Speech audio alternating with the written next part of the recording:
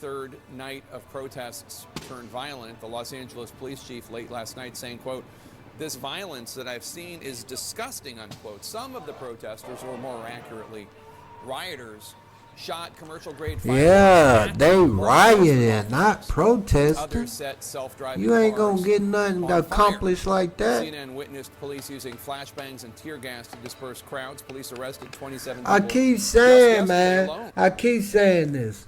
The more they riot and destroy LA, that's the more ammunition they give Trump to use against them.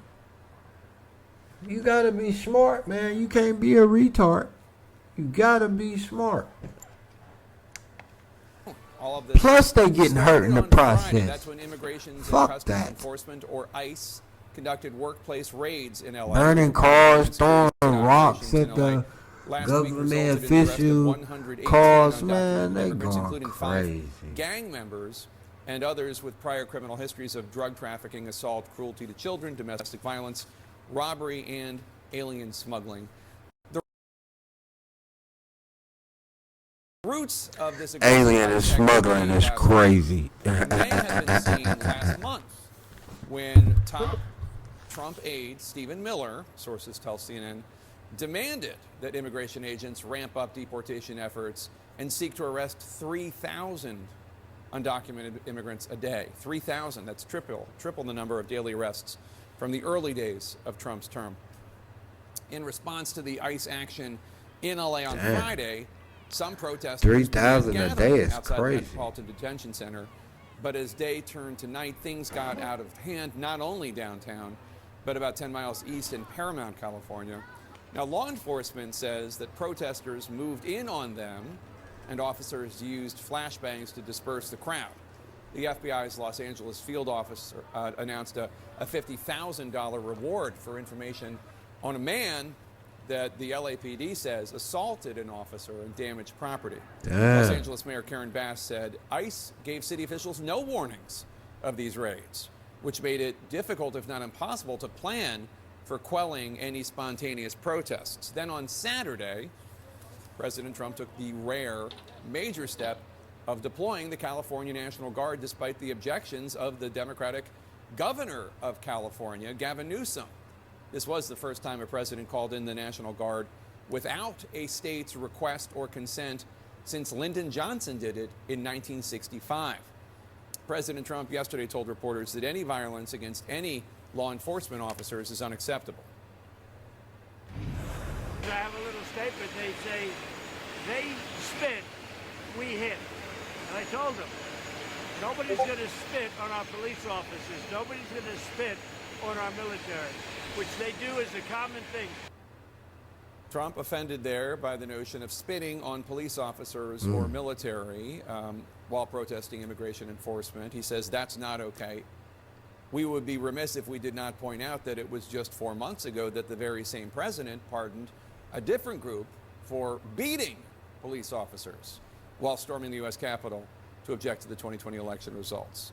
You will never hear Trump or top deputy Stephen Miller call that attack on January 6, 2021 an insurrection, but Stephen Miller did use that term to describe the protests in Los Angeles, calling it, quote, an insurrection against the laws and sovereignty of the United States. There are quite a few, shall we call them, evolving positions taken by Democrats and Republicans since a year ago, when some Democrats were urging President Biden to federalize the National Guard in Texas to stop that state's Republican governor's anti-immigration, illegal immigration efforts. And the woman who is now our Homeland Security Secretary, then South Dakota Governor Kristi Noem, took to MAGA media and to Twitter to say, quote, if Joe Biden federalizes the National Guard, that would direct attack on states' rights, unquote. But be that as it may, we are where we are here, and Republicans would argue that Democrats have played a role in all of this by not enforcing immigration laws for decades, setting the stage for President Trump to begin this aggressive pattern of deportations, which he ran and won on. A new CBS News poll taken before the ICE action in Los Angeles finds that 55% of the Americans polled approve of the goals of Trump's deportation program, but 56% are not sold on the approach he is using to carry it out. CNN's Kyung La is on the ground in Los Angeles for us now with all the latest on how Governor Newsom today is firing back against Trump's actions. They come for one. Calm following chaos in downtown Los Angeles. A peaceful protest not far from LA's City Hall. And a strong police presence near the federal building.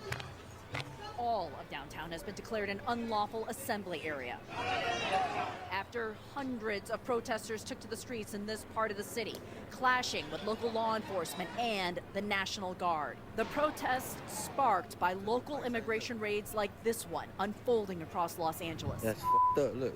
Witnesses too afraid to speak on camera watched and filmed as Immigration and Customs Enforcement arrested street vendors at gunpoint. Outside the LA Coliseum, the site of the Olympic Games that will be held here, some protesters violently pushing back against these raids on Sunday, burning cars. Oh man, they casing destroying shit. National Guard troops fired back, blasting tear gas and pepper spray. Los Angeles Mayor Karen Bass blaming the unrest squarely on the Trump administration. If immigration raids had not happened here, we would not have the disorder that went on last night. And saying the unrest escalated after What? of California National Guard She troops sounds arrived on stupid. scene Sunday, deployed by President Donald Trump, overriding city and state leaders. California Governor Gavin Newsom saying in a post the president flamed the fires and illegally acted to federalize the National Guard. California's Attorney General added the state plans to file suit over the order to send in the troops. They did so without authorization from Governor Newsom and against the wishes of local law enforcement who were on the ground. It felt like fuel for a fire that was unnecessary. It was 100 people. 27 people were arrested. There wasn't a reason for this. That is the concern. Trump posting that he made a great decision sending in the Guard, saying otherwise Los Angeles would be completely obliterated.